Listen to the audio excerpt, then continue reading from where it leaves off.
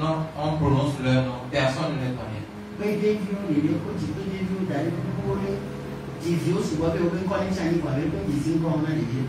Ils ont laissé beaucoup d'enfants afin que leur nom reste, mais personne ne connaissait leur nom. Et si aussi il y a des certains n'ont pas d'enfants, certains ont seulement un enfant, mais lorsqu'on prononce les noms de ces personnes, tout le monde tremble. Pourquoi est-ce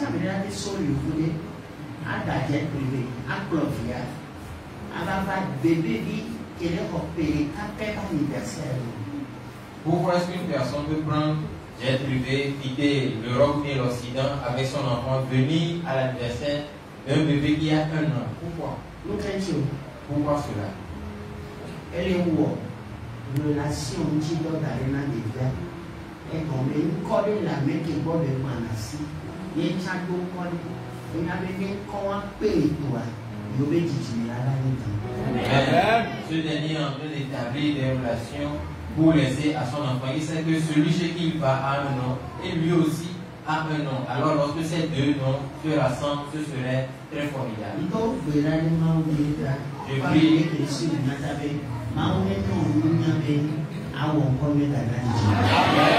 Je prie pour une personne qui nous suit ici et qui nous suit au travers des médias afin que tu laisses ton nom à la génération suivante. Alléluia. Amen.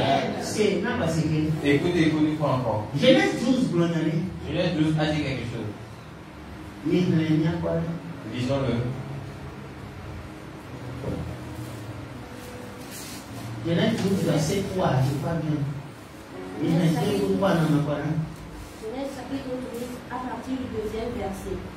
Je ferai de toi une grande nation. Je ferai de toi une grande nation. Oui. Et je te bénirai. Maïa. Je rendrai ton nom grand. Vous voyez? I will make your name great. Et tu seras une source de bénédiction. N'importe grand. Amen. Si ton nom est un grand nom, tu seras source de bénédiction à beaucoup de peuples.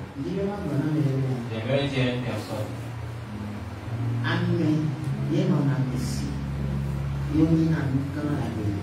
Amen. Il faut avoir une personne près de soi pour être une grande personnalité dans la vie. Je n'ai pas fini.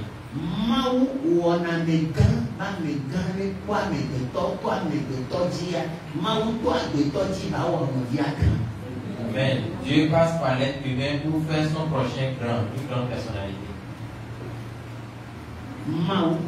Dieu.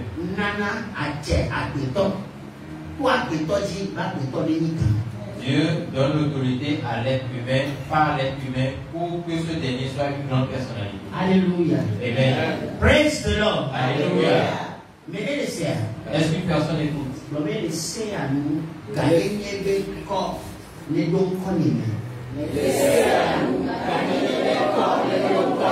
Dit que selon cette loi, que la grandeur du nom entre dans mon nom. Je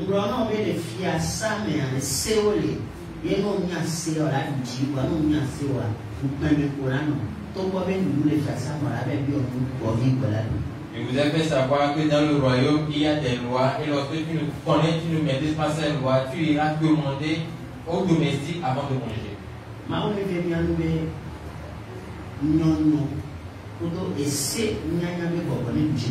Amen. Que le Seigneur nous aide à ce que nous ayons le réveil et que nous maîtrisions, nous connaissions, maîtrisons les lois.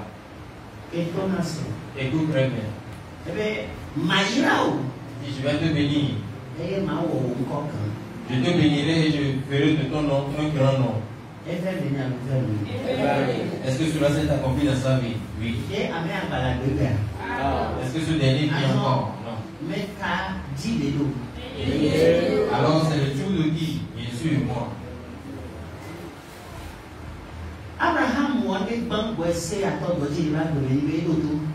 Abraham a fait quelque chose premièrement avant que cette loi ne s'accomplisse dans sa vie, c'est qu'il a écouté. Il a écouté. Il a obéi. il a obéi. Et donc, on y a que Maouné, ou d'Assi et des Nantia, et son étikaba. Il a écouté ce que lui a dit Dieu et l'ordonnance qui a suivi. Oui, il fut béni. Yeah. Oh, la belle coque. Et son nom fut grand. Avantage les Maou, mais au volet, il y a de toi et peu Maou dans la type privilège d'élever, bah, tout les petits bannis les voix.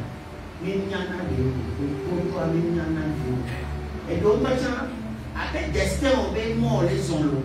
Voilà pour la concrétiser, matérialiser. Mais il y a un caca, à mes nouveaux journaux et les alors, il y en a un mot d'une, il y a un peu fou. Il y a un peu de moi, mais il y a une bonne étoile. Et il y a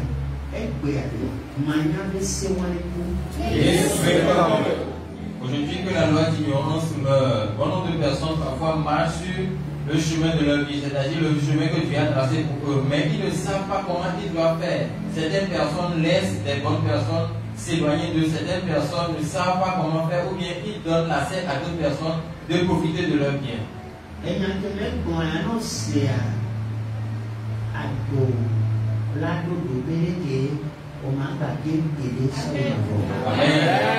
si vraiment tu arrives à écouter, à comprendre à ce que je suis en train de dire maintenant, ta vie changera éternellement et tu ne vas plus échouer.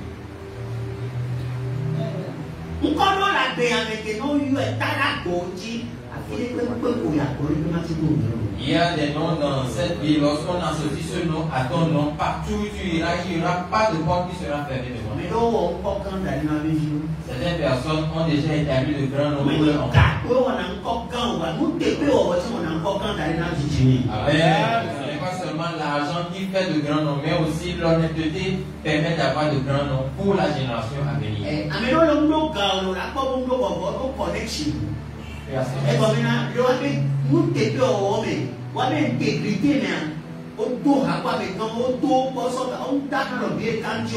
Donc, nous sommes dans le balai. Il y a des activités, il y a des famille avec quoi encore. On est bien bon, on est bien bon. Quand il met des relations, là, on vit au niveau. Alors, il faut et toi, même des doigts, on va tomber sous camp. Alors, on va pas payer le gouvernement. Et toi, il faut payer finir. Toi, quand il dit pour venir, on paye quoi? Pour certaines personnes, à cause de l'intégrité de leurs parents, eux aujourd'hui bénéficient des grâces parce qu'on dira, ou bien on dit peut-être que ton papa a pu intègre, on lui envoie, on lui donne de l'argent, mais il ne touche pas, il est honnête. À cause de cela, toi viens prendre ce poste. Mais pour certaines personnes, c'est le contraire. Mon diplôme,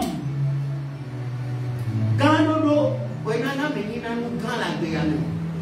voit encore pour la bébé dossier d'autres, encore pour la bébé nous n'y a pas d'autres, ou on a mis ce ne sont pas seulement les diplômes qui font d'une personne une grande personnalité, mais aussi il y a le nom qui te suit. Le nom seulement peut te faire devenir une grande personnalité dans la vie.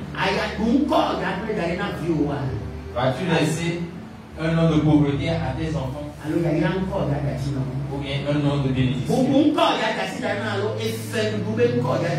C'est un nom d'honneur, de respect, ou bien un nom de dette que tu vas laisser à la génération suivante.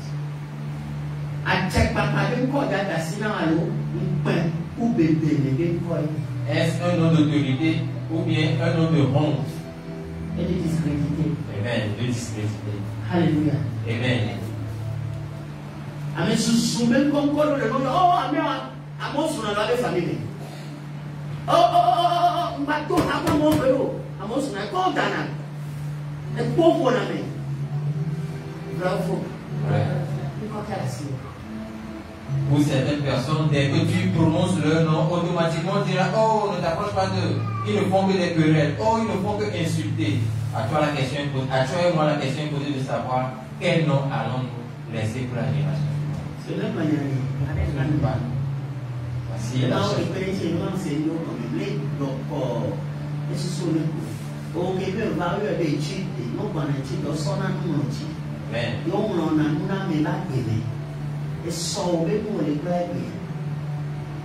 Au Seigneur.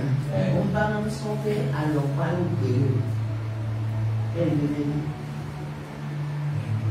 On ne vient pas à l'étude les mêmes livres. On vient toujours accompagner d'un livre et d'un bloc pour noter. Non, mais on ne s'en sort pas maintenant, mais les gens verset pour demander maintenant. Oui, il y a des gens quoi. Et bien, on va vérifier. Mais même si tu ne sais pas lire ou bien écrire, donne cela à une personne proche de toi, il va t'écrire les versets et à la maison, une autre personne qui sait lire va te lire les versets.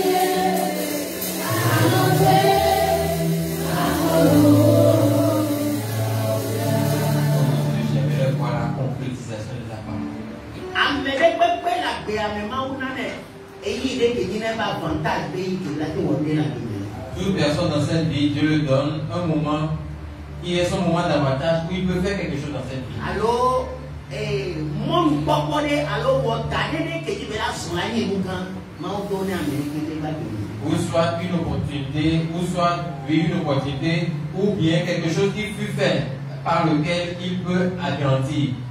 Il peut devenir grand. Voilà, il peut marcher sur. Amen. Mais pour nombre de personnes, cela est proche d'eux, mais ils ne le voient jamais. Amen. Que Dieu t'ouvre tes yeux afin que tu le vois rapidement. Abraham dati avantage de darena Isaac et comme Isaac ma pompo sous beaucoup de monde pour la radio. Amen. Abraham a laissé un avantage à Isaac et cet avantage c'est qu'il ne va pas beaucoup parler avant que Dieu ne vienne lui chercher. David dati avantage de darena Salomon et maintenant Moukan l'été belle te connaît wa. Mauja maintenir la cité qualifiée en repris. Amen. David a laissé un avantage. Amen. Non les blonds na capté à paquet pour la son gang la pele. Au point on y avait na on y a d'aller pour la son gang. Par exemple, au tourner d'aller pour n'importe quoi les gens avantage là qui viennent. Amen. Et c'est moi pour la venir moi et toi il y a moi vous voyez tu as les cas. Tu as question. Et même que les sortes de cas, même que on est multiplié, avantage on n'est pas dit fois 1000, non 1000. Amen. Si ton père a conduit une personne au travers de cela, tu peux aller devant Dieu et dire, oh Dieu, malgré le fait que mon papa ne connaît pas Dieu, tu as permis à ce qu'il puisse bâtir une maison. Mais moi, parce que je te connais, au travers de cela, moi je vais bâtir 1000. L'avantage que tu lui as donné d'avoir une seule maison, multiplie ces avantages par 1000 pour moi, que je puisse accéder et réaliser plus que lui. Amen. Amen. Que vous descendez et à n'être tu les cas ou et à mentir dans la nana bâtie qui a fait à quoi on a mis un mathématique ou un élément.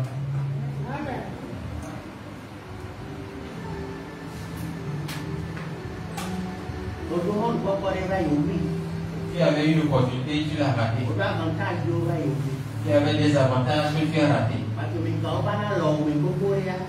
Lorsque tu avais beaucoup d'argent, beaucoup de sommes qui venaient de ta main. Tu pouvais utiliser cet avantage pour réaliser de grandes choses. Bon nombre de personnes, nous, dans l'ignorance, nous aidons des gens. Nous faisons comme si nous aidons les gens. Ok, nous faisons comme si nous aidons les gens. Et ne sachant pas que nous sommes en train de creuser notre tombe pour la souffrance. Et il y avait des fous, il y avait des donnants et il y a du lourd. On peut la mentir. Donc on aide des gens. Mais c'est. Mais il y a des lois. Les qui m'ont promis le CEO de l'Union sans. Il y avait l'homme qui sont avec Gao. Là, quand les gens qui font du haut. Et bien, il va les damner. Certaines personnes ont investi leur argent dans des églises mauvaises. Et aujourd'hui, ils n'ont plus rien. Il n'y a plus de secours. Mais Dieu t'avait apprêté pour la grandeur. Parfois, nous pensons que nous sommes en train de faire l'œuvre de Dieu, mais c'est l'œuvre de la mort que nous sommes en train de faire. Moi aussi, je l'avais fait.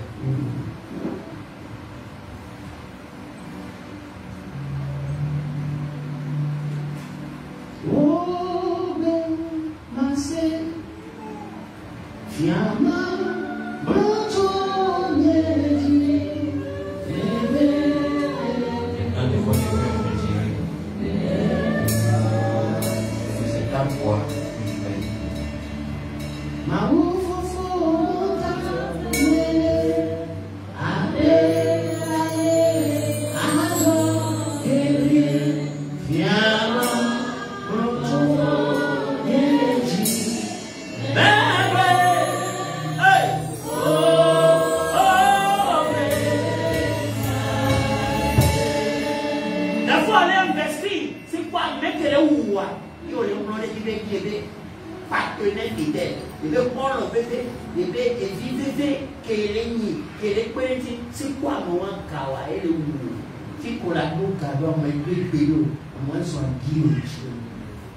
Parfois, tu dis que tu investis et sur la personne sur laquelle tu investis, c'est ce dernier qui est la cause de la destruction de ton argent.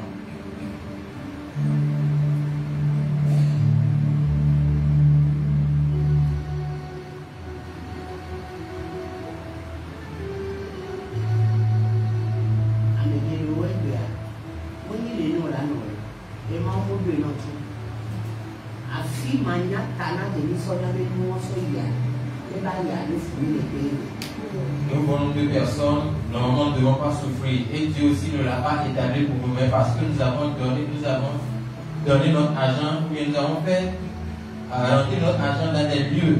Et c'est la cause de notre souffrance aujourd'hui. Nous avons investi dans des choses bizarres. On le voit, apparemment, c'est bon, c'est joli, mais c'est ça qui a causé notre ruine, c'est ça qui a causé notre chute, c'est ça qui a causé notre destruction. Et nous sommes aujourd'hui comme si, ok, quand il est bien d'accord, ok, sur un négatif, ah, mais attends, allez les gommer, manière que tu en as sorti, oh, c'est quand il était une balation, 100 000 était 1 million était une balation. Par contre, il est que dans son amour, il y a un problème, avec les problèmes de cas, 5 millions, 10 millions pour l'amour. On peut faire 100 000 à vous pour son école. Et donc, on sort doit filer. Parce que nous avons investi notre argent dans des endroits qui ne sont pas bons aujourd'hui, nous n'arrivons même plus à avoir facilement 50 et 100 000. Mais auparavant, 1 million n'est pas pour nous un problème. Lorsque les gens disent qu'ils ont des problèmes d'argent, nous ne faisons que rire.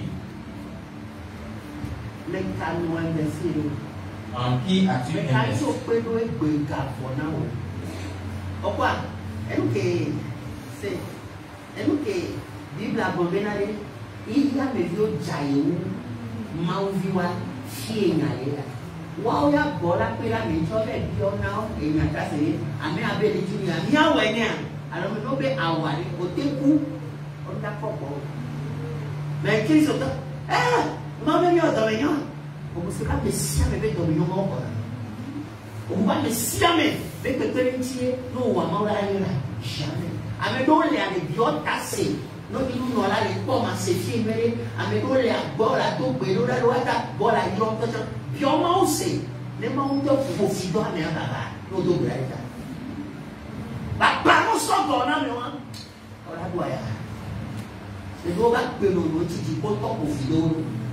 Àmì sọ́ọ̀nì kìlá pé ní wọ́n ti á odó pòlẹ́mù. Nígbà ọmọ yà náà ò ní nǹkan náà wà máa sọ́kọ́ ní òde kápẹ́ náà ò pọ̀ yóò náà. Máa ń tún ẹgbẹ́. Bàtò kèbèrè lọ́wọ́ ni tọ́jú mú kèbèrè lọ́wọ́ ẹ̀sùn òní náà lè sí àmì. Ó bẹ́ẹ̀ wọlé wọ̀ tọ́jú tó pọ̀ ń pààyà wọn kò pọ̀. Yóò bá kẹ̀kẹ́ kọ́ bẹ́ẹ̀ ń dé ní kùhílẹ̀ tọ́jú wọn mi. Kàmi sẹ́mi ní jápá ní tàgbọ̀n ń gbé péré tọ́ wa. Ìkájẹ́ kò tó mi ní ọ̀dọ́ mọ̀ bẹ́ẹ̀ àlọ́ bẹ́ẹ̀ lọ. Máa ń ọ̀jẹ̀ sí ni. Ìkàkẹ́ mi àgbòwòlé tó kàn pẹ́tì mi. Yí ò lè wúlò. Yá mi lóore gbòmí ọ̀rẹ́ kí náà mi àgbàlẹ̀ wà ìṣẹ́ ọ̀rẹ́ kí á. Wọ́n mi kò lè wà yá. Inú ògùn náà. Àmì lóore lè wá dòmí àlọ́ ó lè tó ká gbé.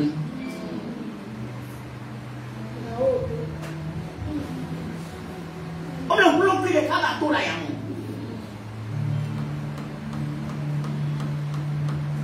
Lorsque il y a certaines personnes, c'est Dieu même qui l'a motivé. Lorsque tu vas pour aider ce dernier, tu auras toujours des problèmes. Lorsque nous prenons le cas de Jonas dans la Bible, Dieu l'a envoyé, il a refusé. Lorsqu'il a pris le bateau pour aller de l'autre bord, c'est devenu un problème pour tous ceux qui étaient dans le bateau. Alors dans ta vie, lorsque tu vois, lorsque les moments difficiles viennent et certaines personnes sont proches de toi, il faut bien les observer car certaines personnes font semblant de t'aider, mais ils sont en train de dormir, ils ne veulent pas qu'on avance.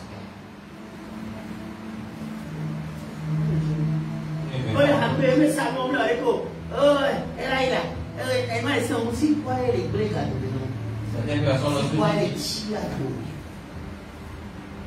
que tu n'arrives pas à vendre et que les choses ne vont pas, ils font semblant, oh ça va aller là, mais ce sont eux qui sont tes ennemis. TikTok, les réseaux sociaux, les débats qu'on a mis, le donner ces chansons aux réseaux sociaux. Pourquoi tu as connu le poisson de deux diamants? Le coup pour tout et tu vas dans le coup, pour des cas dans le coin de. On a mes Kenyans, mais comment on les a, on avait mon prénom américain. Ou là, on va les quatre maintenant. Voilà, on dira au bas des soins, on va les soins les yotomés. Ma ouvre ya ira.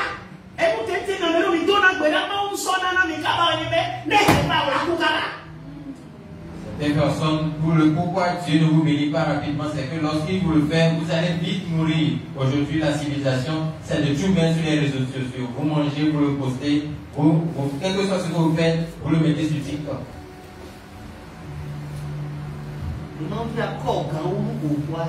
Mais Dieu veut t'établir grand plus que ce que tu as vu. Vous pouvez pas les préserver, ok? Il va les ralentir. Mais il te préserve et te ralentit. Parce que tu n'es pas prudent.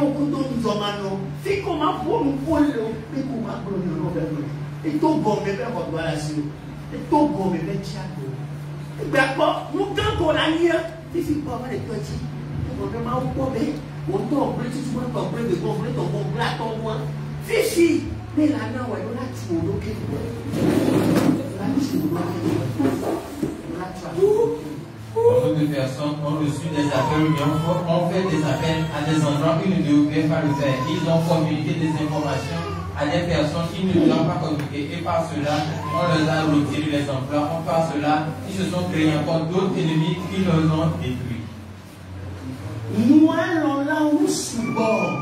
Ceux qui t'aiment vraiment ne sont pas nombreux.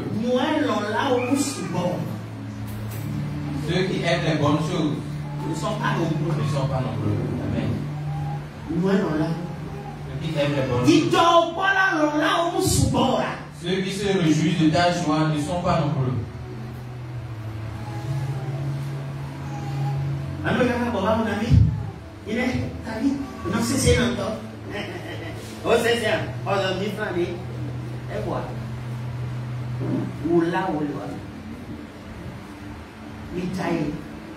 Non, si tu es nous la fille de si tu es tomber donc. Amen. Donc si tu es pas Mais peu importe là où tu es à manger, du moment où tu te lèves, tu vas, tu reviens, ne mange plus. Car on ne sait plus qui est qui.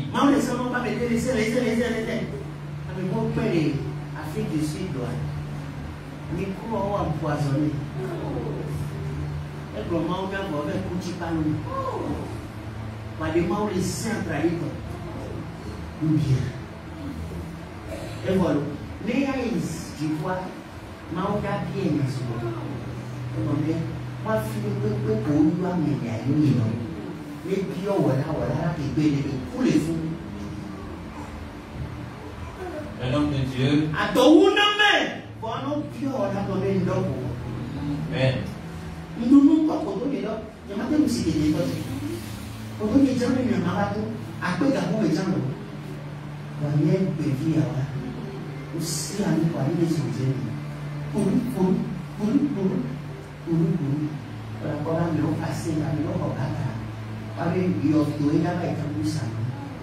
Il y a ça, quand plus qu'il y a il est Yoto. Non. Parce que le mal nommé vigne les conventions bien. Et on pousse nous.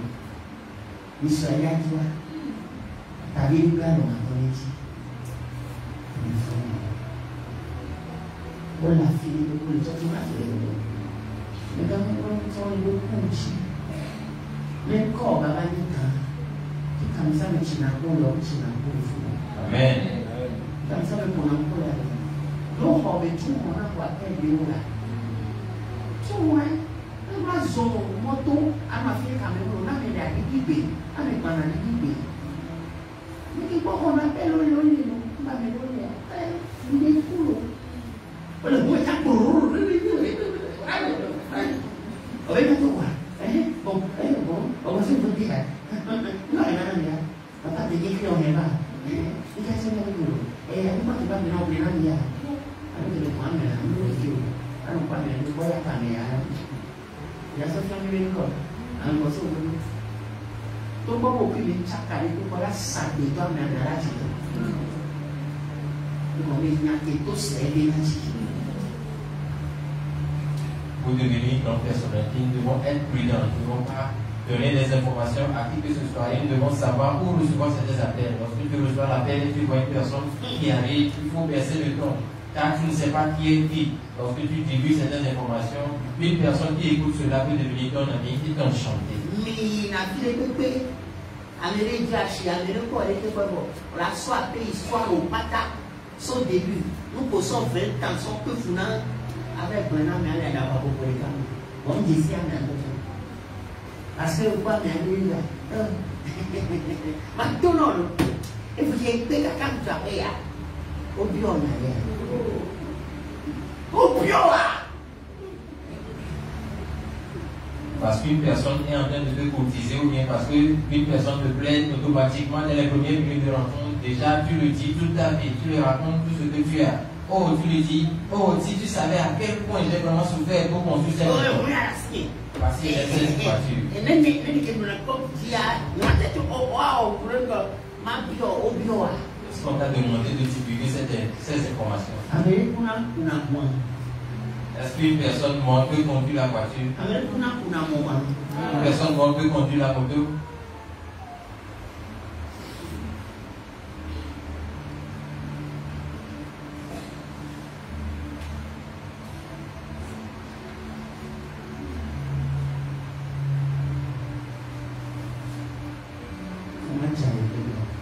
Soyons prudents.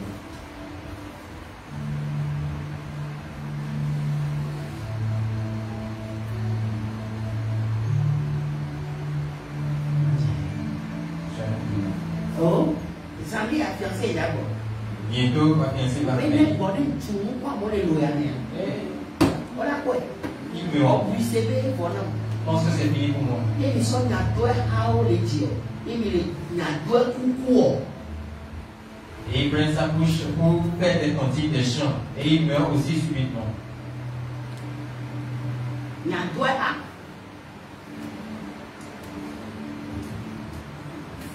Des chants d'insultes.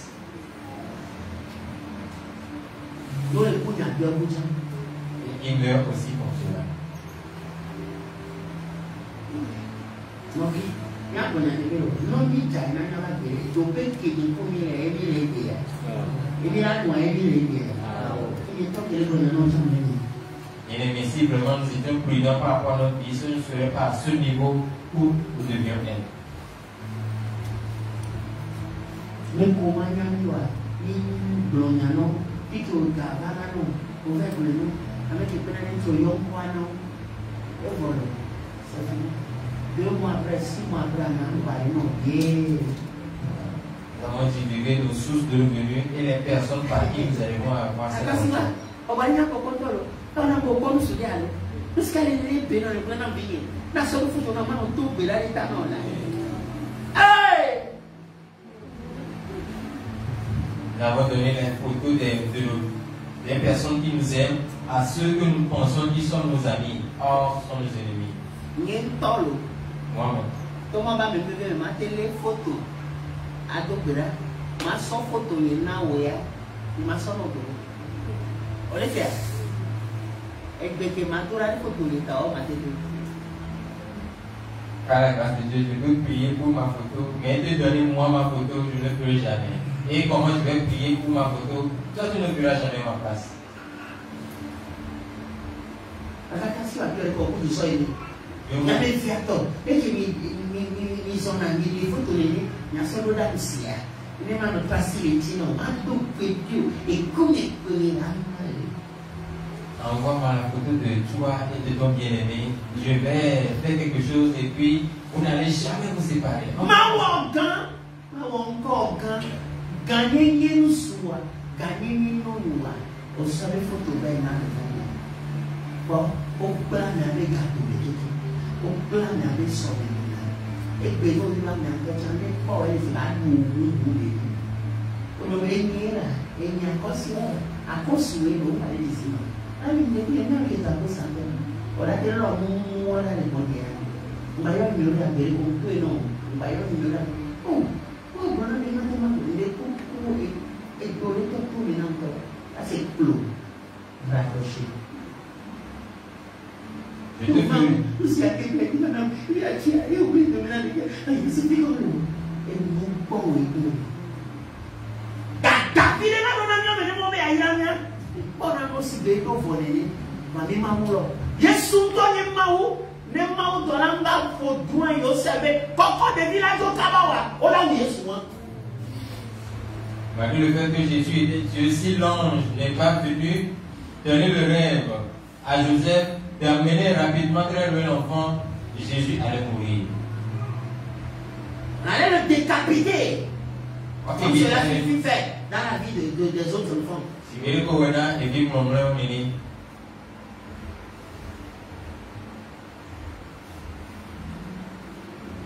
Samson. De qui So parlons-nous? kaka ebe dormi gbe ba fa nua ke ngo la ba jivu aba dormi a ma do la ba da fo fortina nua obe ngba no mu amere popo ye nko e mu gan le pe ba itatina de bio nya me ke do ale ni bro nya ba dormi nya na futo vondo ke ke ko ni nya to pe to bo be futo ba zu nya to be futo isi ya futo be bi ba zu ni o nya be futo a ina le ke ha ko be kristo be ni on ti fa fa. Pourquoi là, nous sommes taouya, il y a taouya, nous comptons comme nous avec les choses, oui, taouya les idées, et il y a des coups de coups pas, voilà, il y a quoi pas, pas, tu as un coup d'aller. Mais nous nous avons massacré maintenant, on massacre dans le barabara, avec des petits tombes à côté. Au djanta, on va la pichara dans la mer. Au djen, puis globo.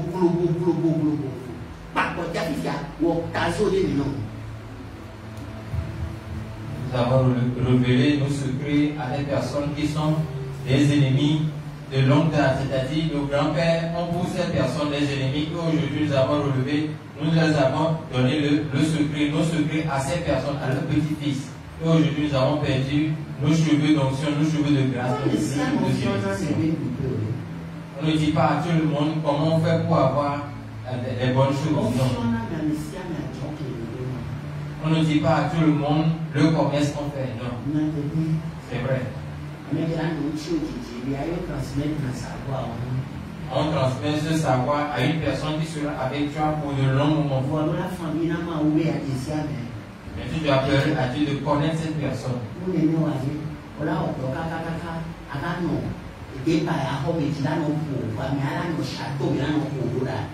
Sinon tu vas travailler, mais à la fin tu seras dans une maison en paille et ce dernier sera dans une maison en château et va se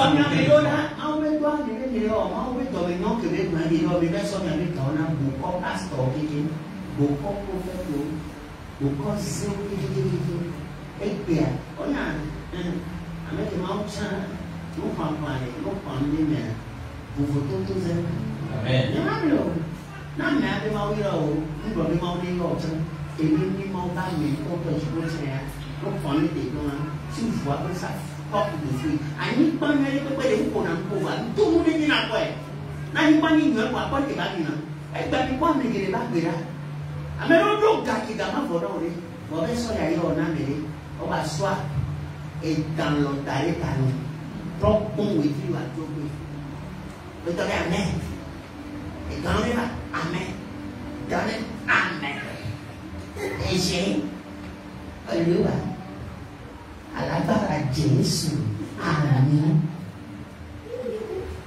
Ces personnes pensent qu'ils sont en train de faire l'œuvre de Dieu et ils sont allés semer auprès des pasteurs, des faux pasteurs, et on a arraché leur petite bénédiction qu'ils ont encore. On ne peut pas à tout le monde toucher sa tête, non.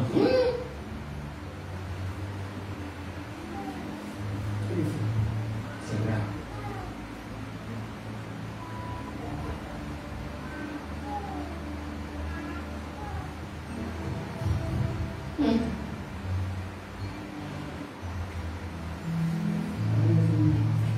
Dieu nous blesse.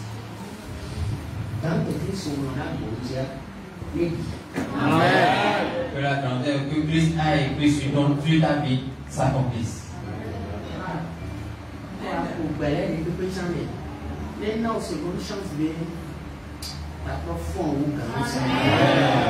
Que Dieu nous donne la seconde chance afin que nous soyons plus grands avant.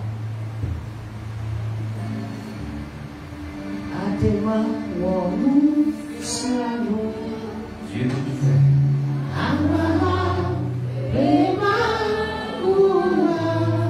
Dieu d'abord.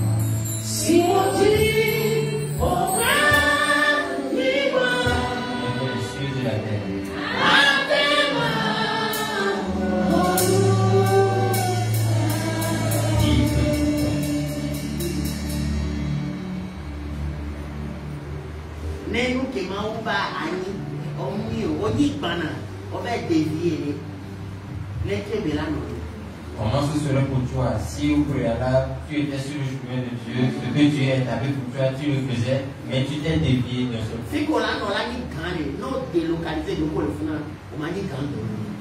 L'endroit où tu dois être pour être une grande personne, lorsque tu quittes cet endroit, tu ne seras jamais une grande personne.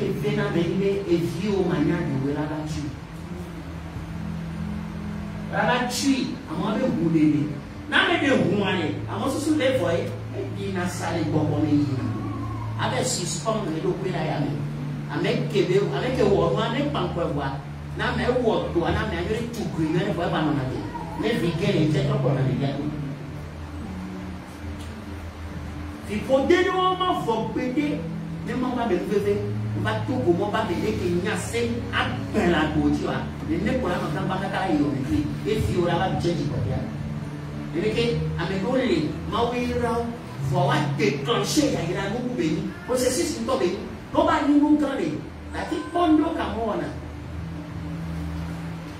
ne y a ira de pour le bois bon ça pour la mi bon ça si tu es à la source de la bénédiction près de toi, pour le déclencher, il faut beaucoup de sacrifices. Voilà, si tu as même pour le coup, parce que tu as même pour le coup, ora, et pas que tu as pu la rôti cause dans son coup, et gâteau son coup. Voilà, pour nous quand nous consolons. C'est Jésus qui est pour la bataille. Je peux y aller, non, non. On va être pour elle, mais pas quoi. Mais nous allons aller où et go me mettre pour ça. Jésus que nous avons reçu. Et vous savez que les peuples qui disent pour ça, mal les souper. Jésus que nous avons reçu est gratuit. Si tu veux aller au ciel, il faut mener une bonne vie. Mais pour être riche sur terre ici, il faut faire des sacrifices. Un hôtel sans sacrifice n'est rien. Ce hôtel ne va pas prendre feu. Non, vieux. Bien aimé. Non, vieux. Bien aimé. Mais quand il y a eu la clou à la scie. Qui t'a arraché ton bâton de bénédiction. Gagner qui m'a ouvert continuer, mais qu'est-ce qu'ils ont non? La grandeur que tu as établie sur ta vie, qui a éteint ce feu? Améliore le Robert n'a pas eu. On doit pas non. On doit pomme d'aller non. On doit pomme d'aller ou du d'anawabi. À pomme à chier. Pour certains, c'est un appart qui te fut établi et cela a été fait dans la nourriture. Du moment où tu as mangé, c'est fini, tu es pris.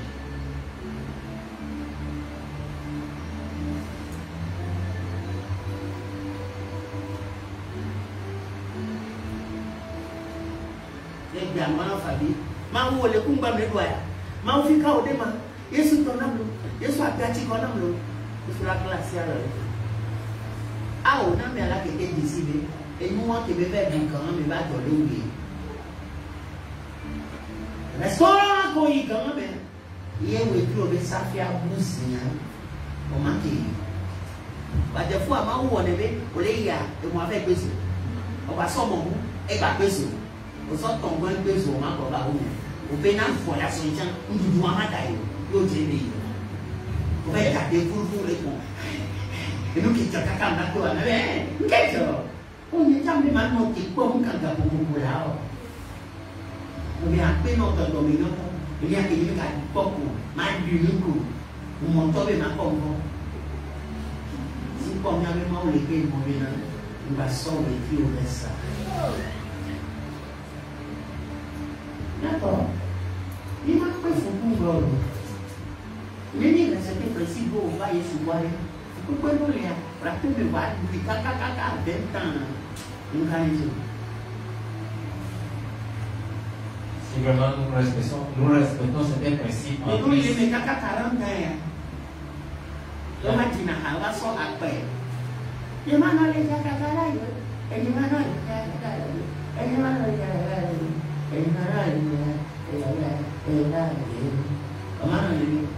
nous voilà, nous sommes savants, nous parlons de quoi là. Nous finalement, les gangos me voient passer dans la voie. Nous sommes en train de faire des magasins. Durée de vie, on connaît les événements pour la vie. On prolonger à toi, comme à voir. Non mais amis, on va y plein, on va y 2 litres.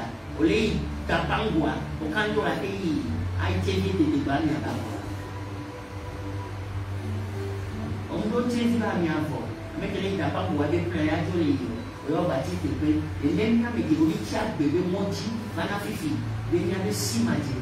On fit comment pour le si comment elle ou elle finit. N'a que moi le là pour me sur beaucoup de là. Et comment nous le on va nous et on le fond pas fit comment nous. On va nous aïe mais le bébé on a pas d'affaire. À pas soutien en deux églises. À pas beauté à nous pas.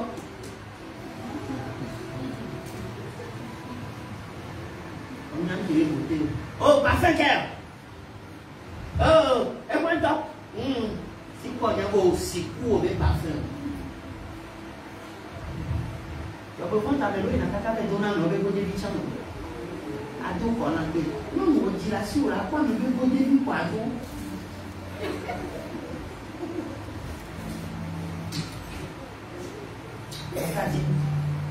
T'as fait les 21e siècle. Je m'en vais pas dans l'eau. Pour découvrir un enfant, voilà bien le succès. Le corps m'a volé à travers. L'Amérique avait déposé d'un coup du bois, le c'est quoi? On a mis deux bras. Ça veut qu'on a besoin de soutien là. Deux bras ou le gros. Ça veut qu'on sait que ça tu dois taper. Et quand on dit non, après quand on dit non, quand on dit non, je ne sais pas, ma tavo, alors ma compte au monde, il y a des politiques. Gardez ton temps, gardez ton temps. Si tu as ma police, je suis sûr de le porter comme ça. Et comme il y avait peut-être la seule, tu as marqué un amour. Amen. Certaines personnes sont restées aujourd'hui à mi-chemin parce qu'ils sont allés porter des habits qu'ils ne devaient pas porter. Ils sont allés manger des endroits qu'ils ne devaient pas manger. Ils sont allés mettre des côtés des autres. Ils sont allés se parfumer avec les parfums de certaines personnes. Et tout cela est devenu aujourd'hui des biais d'achoppement. Et ça, les gars, c'est. Le monde a des lois. Et nous, on va respecter, on va d'accord, oui, c'est pas le but, c'est là. Et tu refuses de ne pas le respecter, que tu sois chrétien ou pas, tu seras sous son sang. Maintenant, on dit que ce corps, il y a son coup de reste. Non, c'est tout wafa, tia. Non, c'est tout wafa. Non, c'est tout tia. Zoé, comment on va s'y payer? Ce n'est pas parce que tu es chrétien que tu vas dire que tu vas aller marcher sur la mer. Si tu peux dépasser le waf et revenir, c'est bien. Avec qui se tient, tu as même pas passé, quoi même pas passé, avec mien, C'est parce que tu es un chrétien, tu as vu, on a empoisonné le repas par exemple, et tu dis que tu es chrétien, tu vas manger, tu vas manger. Mais sur les pays, on a comment? Jésus ne va pas répondre. Non, pourquoi pas, ouais? Parce que tu l'as vu avant d'agir. Quand pour la nière, les mystères qui ont vu qu'il n'y a pas de moi, pour la nière. Regarde, s'il n'y avait pas de ces mystères, de ces erreurs dans nos vies, ce que nous serions. C'est que moi, les deux gens n'ont pas mal. C'est pas que je veux les filles. Bon, avec nous, il n'y a pas de quoi. On va investir dans mes parents, mes caca. Et bleu, c'est-à-dire au boulot, on va au boulot, pour m'assister. Même il va me lever qu'il y a des vieux. Pour certaines personnes, Dieu a fait approcher de toi des bonnes personnes, mais tu as investi dans les mauvaises personnes qui t'ont détruit et ils ont tout fait afin que tu ne grandisses plus. Mais à cause de la grâce de Dieu, tu es là où tu es aujourd'hui.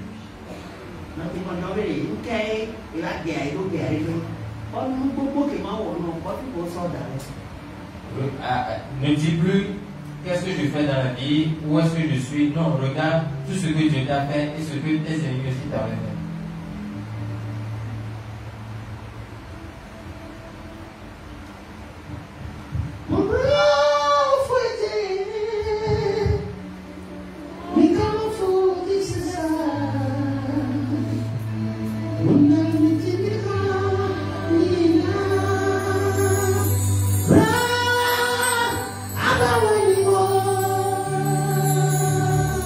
Amen.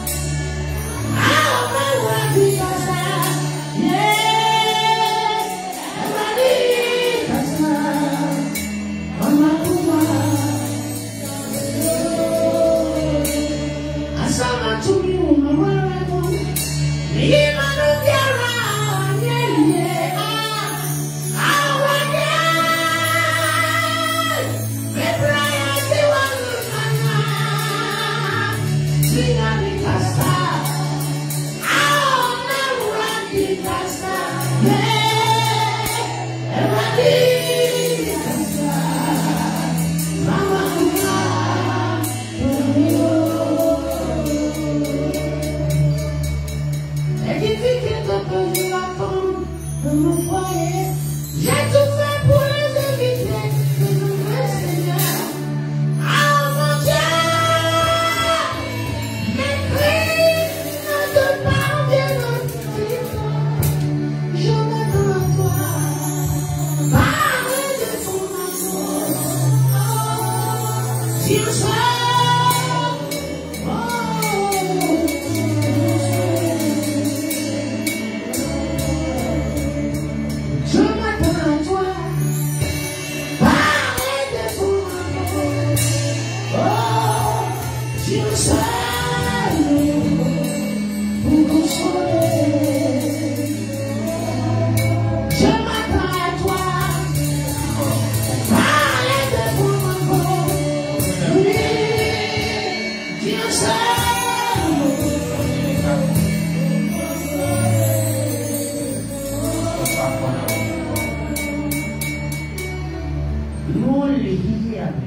Il y a bon nombre de choses dans ce monde. Dieu n'a pas établi quiconque pour qu'il demeure comme il est et jusqu'à mourir, non.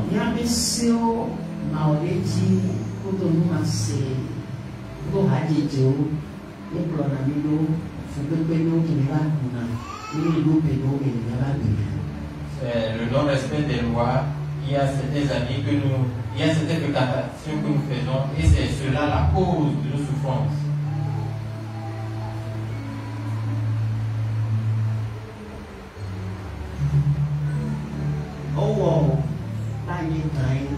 Tu es établi, tu es créé pour être une grande personne.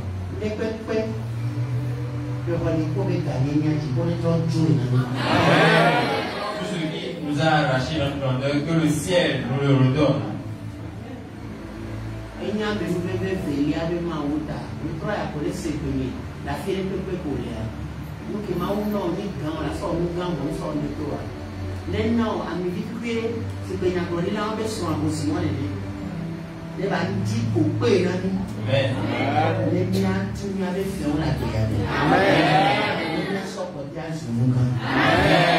Parce qu'il y a dessus de seconde chance. Qui nous donne ce seconde chance comme il a fait à cette deux, qui nous donne un peu d'huile avec tant de bassines et par cela nous réalisons de grandes choses.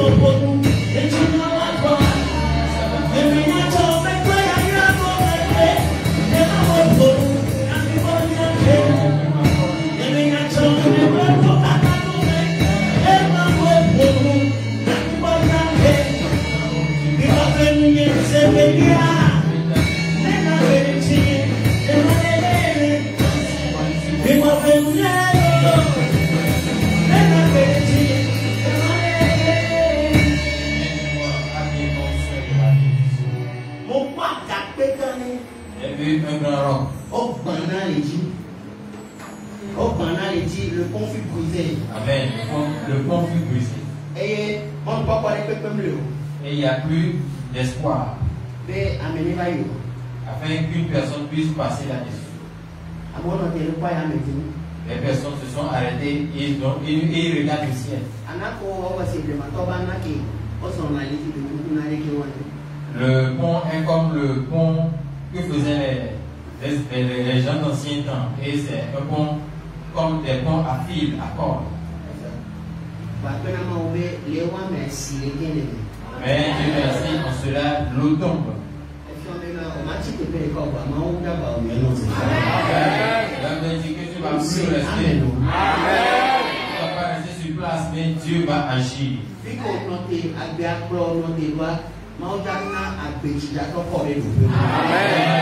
où tu es maintenant, Dieu va faire en sorte que l'eau de vie va t'élever à un niveau plus supérieur. Amen. Tu vas encore attraper plus de bonnes choses qu'auparavant. Dieu m'informe de te dire que tu vas encore attraper des bonnes choses dans cette grâce plus qu'auparavant. Mais maintenant, si tu l'auras, prends bien soin. Parce que c'est pour toi ta dernière chance.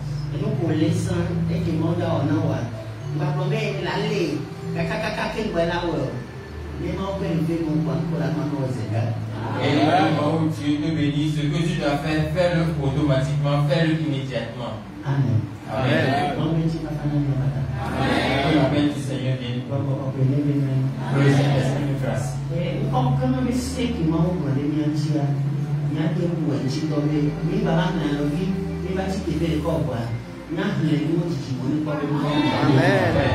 Que le Seigneur nous aide à accomplir la loi de la grandeur du nom qu'il nous a accordé afin que dans nos vieux jours, nous ne mangeons pas nos joies, mais que nous glorifions le Seigneur. Que le Dieu qui a fait Abraham nous donne cette seconde chance et le fasse dans nos vies. Au nom de Jésus. Amen. Dieu vous a béni abondamment. Amen. Que les portes sont devant toi et que tu accordes, tu donnes des louanges au Seigneur. Amen. Amen. Saluons tous les honorables. Avec respect et humilité, saluons le président de la République et tous ses collaborateurs. Avec respect et humilité, nous saluons tous les soldats, les hommes armés.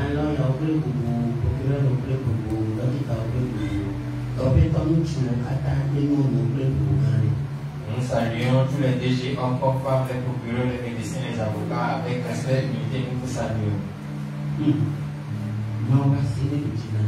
Que la main du Seigneur vous donne la victoire.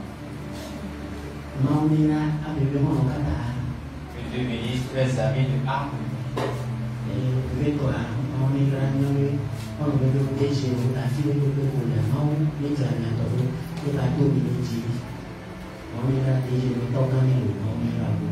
Et spécialement que le Seigneur bénisse nos amis DG, partout où vous êtes, que le Seigneur prenne soin de vous, vous et votre maison, que le Seigneur bénisse votre père aussi.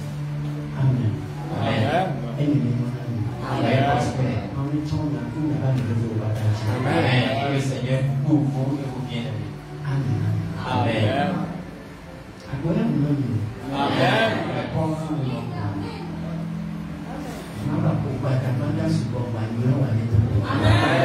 Les bonnes choses nous rencontrent. Amen. Amen. Si le Seigneur Jésus t'a parlé, on va le dire. Nous allons continuer.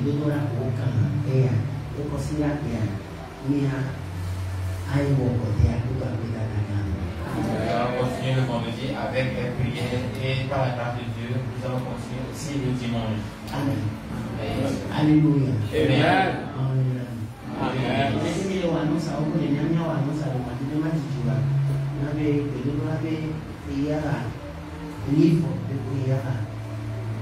Première partie, elle a tous en lien. Peut-être comment le mot kata, c'est là que on a volé qu'il y a des si Dieu le permet, bientôt nous allons faire sortir Le livre de prière, ce serait la première partie. Si Dieu le permet. Si Dieu le permet, pour moi là-bas. Alors priez. Nous demandons, Sodemia, Bébénia, des Kona, Tua, non, mais aller payer pour aller, mais tout le coup de l'eau, parce que vous connaissez Amen. Ce que Dieu a mis en nous, afin que nous sortions cela, si Dieu le permet, chaque fois qu'une personne dans les difficultés va prier avec ce livre, que le Seigneur Dieu les ose appliquer. Amen. Par la grâce de Dieu, nous allons faire cette document aussi en anglais. Et en anglais.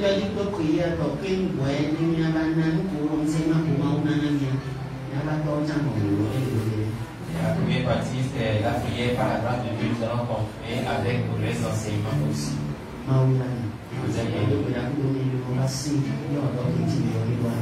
Amen. Priez avec nous afin que la main de Dieu soit sur nous et que nous fassions l'œuvre pour laquelle il nous a appelés. Et l'important c'est l'obéissance. Et que nous soyons plus humbles. Amen. Amen. Shalom, shalom. Shalom.